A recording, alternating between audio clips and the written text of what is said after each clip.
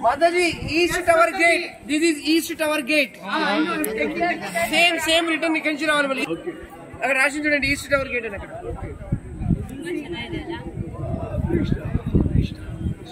हरे कृष्णा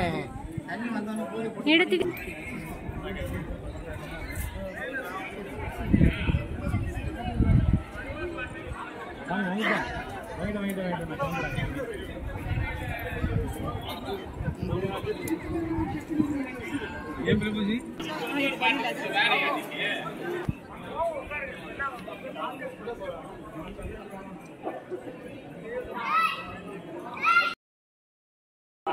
स्वागतम తిరుచిత్రకూటం అనే దివ్యదేశంలో మనం ఇప్పుడు ఉన్నాము. ఇక్కడ కణ్వ మహర్షికి సాక్షాత్ పెరుమాళ్ దర్శనం ఇచ్చారనమాట.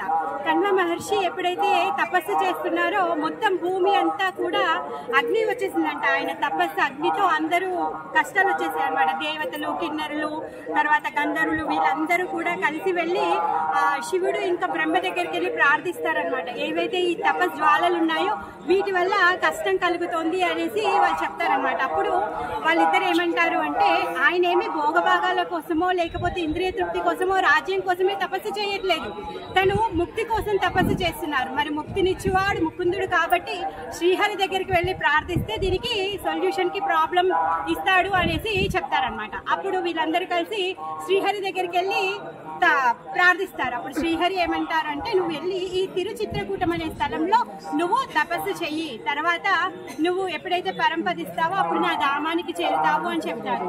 అప్పుడు కణ్వ మహర్షి ఇక్కడికి వచ్చి తపస్సు చేస్తారు.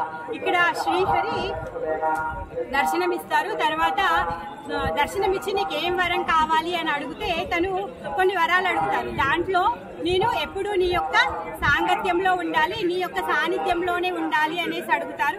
ఎవరైతే ఈ క్షేత్రానికి వస్తారో వాళ్ళకి ఈ ధర్మార్థ కామ పురుషార్థాలు మోక్షం ఏదైతే ఉందో వాళ్ళందరికీ దక్కాలి అని చెప్పేసి, ఎవరైతే ఈ క్షేత్రంలో వాళ్ళ శరీరాన్ని వదులుతారో వాళ్ళు మోక్షం పొందాలి అనేసి తను వరాలు అడుగుతారనమాట. తర్వాత భగవంతుడు తదాస్తు అని చెప్తారు. ఇంకేమంటారంటే ఎప్పటికీ మీరు ఇక్కడే ఉండాలి, అందరికీ ఈ వరాలు ఇవ్వడం కోసం అంటే అప్పుడు ఇక్కడ శయన రూపంలో స్వామివారు పడుకొని ఉన్నారు. శ్రీదేవి భూదేవి అమ్మవార్లతో ఉన్నారు. ఇంకొక కథ ఏం జరిగింది అంటే శివ పార్వతులు ఇద్దరు డాన్స్ చేస్తున్నారనమాట. వాళ్ళిద్దరు డాన్స్ పోటీలో ఎవరు గొప్ప అని తేల్చుకోవడానికి గణపతిని ఇంకా కుమారస్వామిని జడ్జిలాగా పెడతారు. ఇక్కడ ద్వారపాలకుల్లో మనం చూడొచ్చు గణపతి ఇంకా కుమారస్వామి. ఇది హరిహర క్షేత్రం.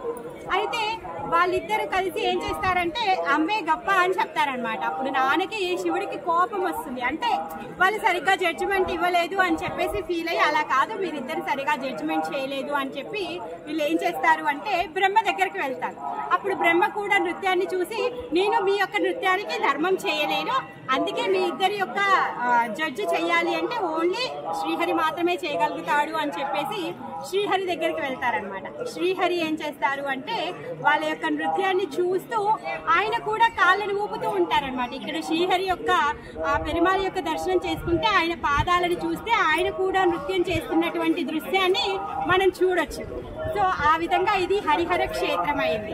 ఇంకా కులశేఖర ఆళ్వార్ల వారు రామాయణంలో ఉన్నటువంటి చిత్రకూటం ఏదైతే ఉందో ఆ చిత్రకూటానికి ఈ చిత్రకూటము అని చెప్పేసి తిరుచిత్రకూటం అనే పేరు వచ్చిందనమాట. కులశేఖర ఆళ్వార్ల వారు ఈ పెరుమాళ్ని ప్రార్థించారు. హరే కృష్ణ.